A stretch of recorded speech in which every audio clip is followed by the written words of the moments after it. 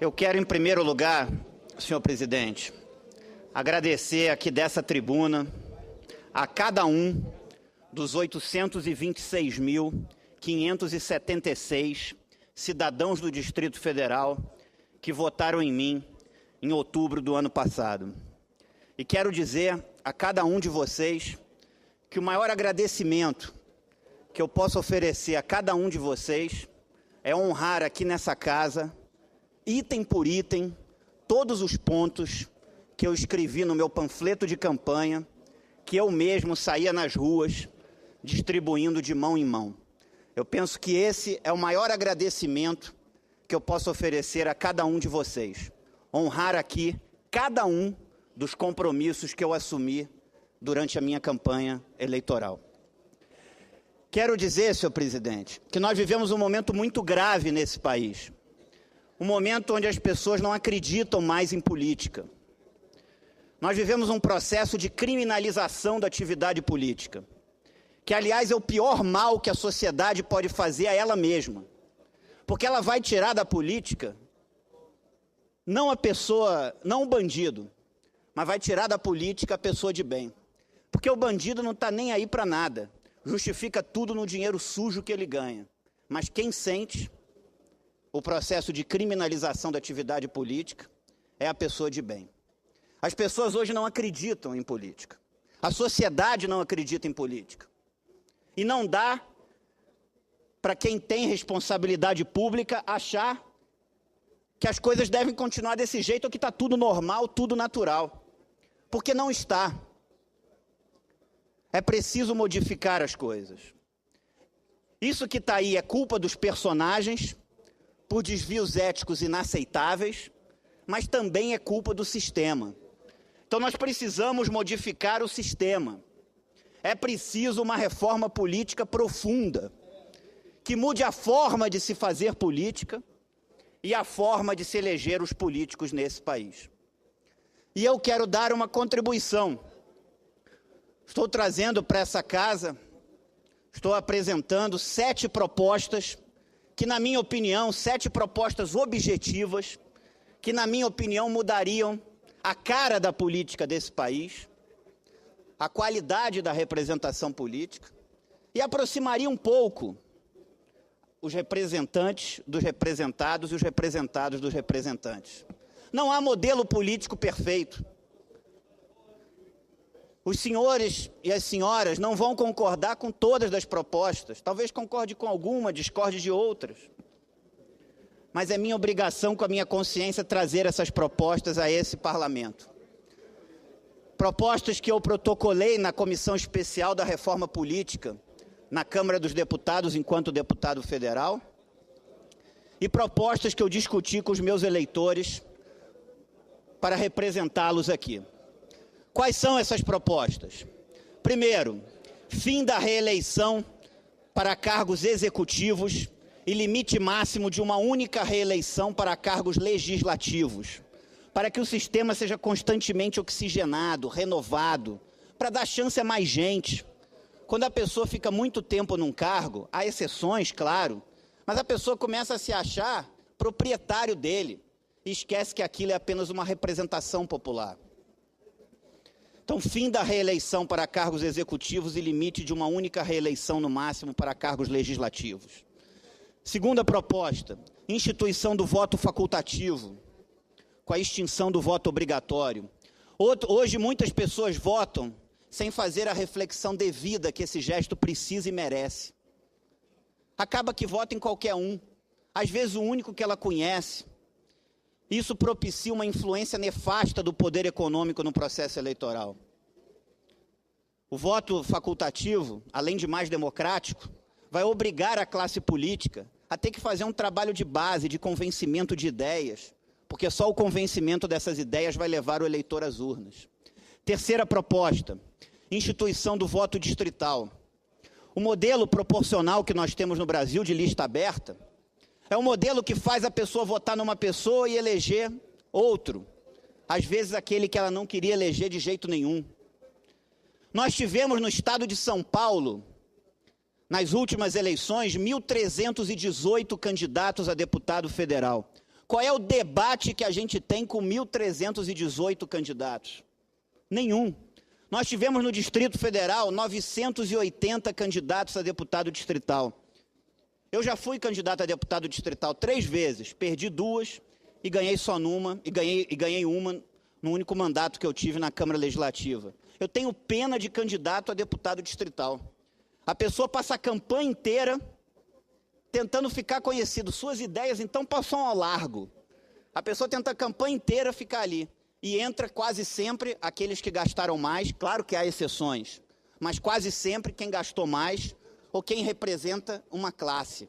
Aquele que representa ideias não tem espaço. O voto distrital vai aproximar representantes de representados. Diminuindo a área geográfica da campanha, facilita o acesso à política, diminui a influência do poder econômico, torna a campanha mais barata, vai facilitar a fiscalização. A quarta proposta é a instituição de um sistema de revogabilidade de mandatos. A pessoa, para ser candidata, teria que registrar na Justiça Eleitoral as suas propostas e compromissos. A Justiça Eleitoral, por sua vez, registraria essas propostas e compromissos no seu site na internet, que estariam ali para o eleitor poder acompanhar o mandato e dizer: essa pessoa se comprometeu com isso, ela está fazendo isso. E se a pessoa não cumprisse qualquer uma daquelas propostas ou compromissos, ela perderia o mandato.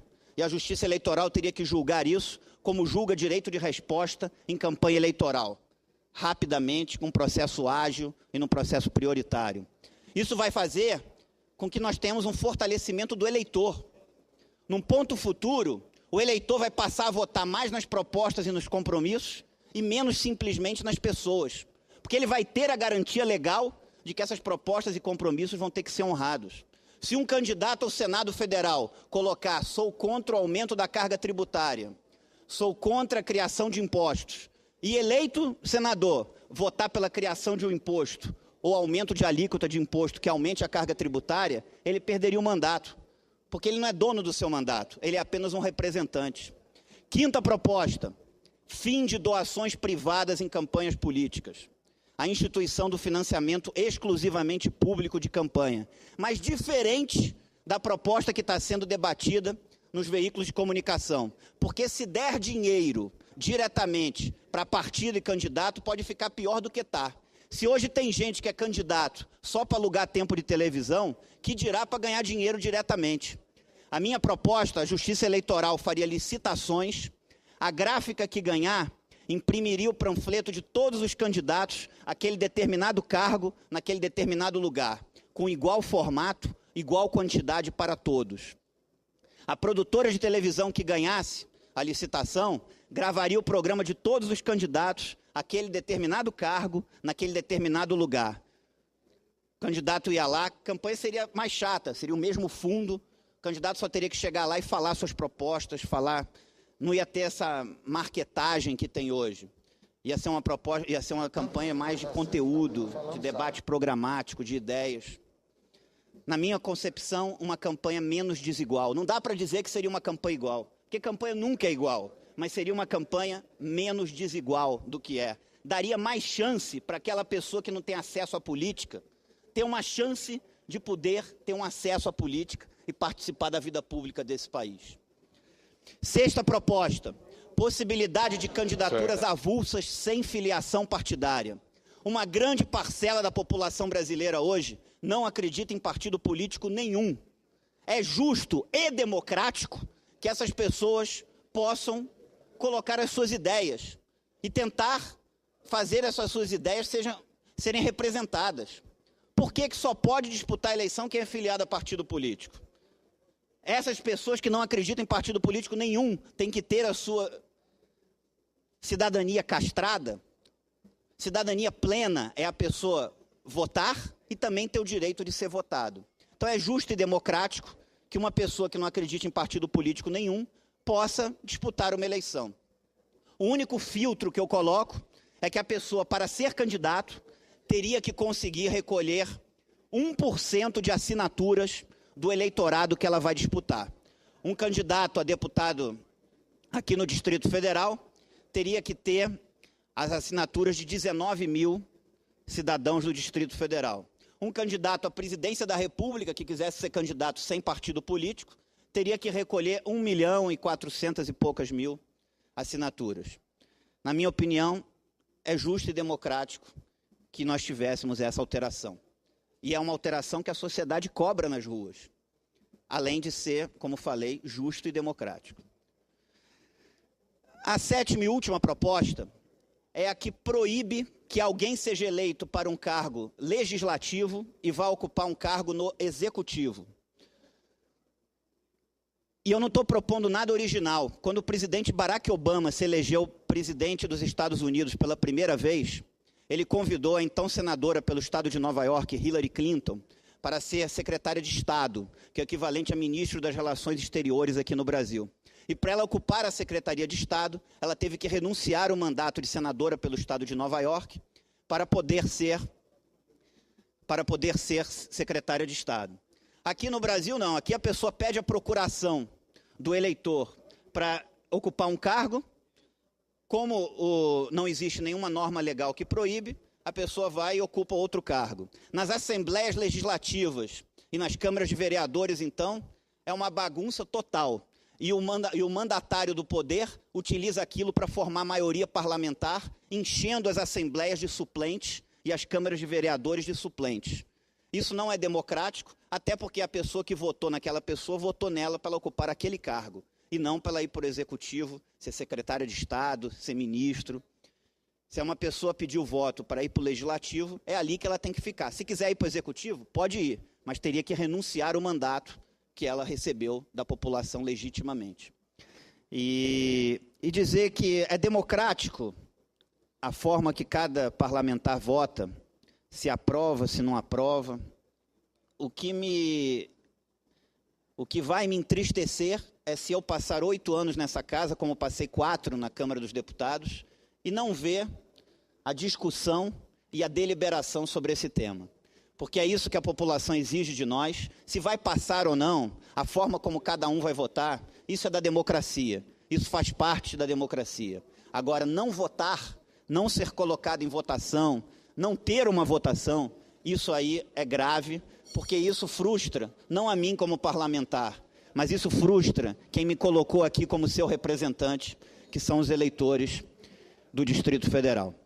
E quero, por último, senhor presidente, dizer que nessa crise política que nós vivemos, muita gente diz que tem que ter menos política. Eu não penso assim.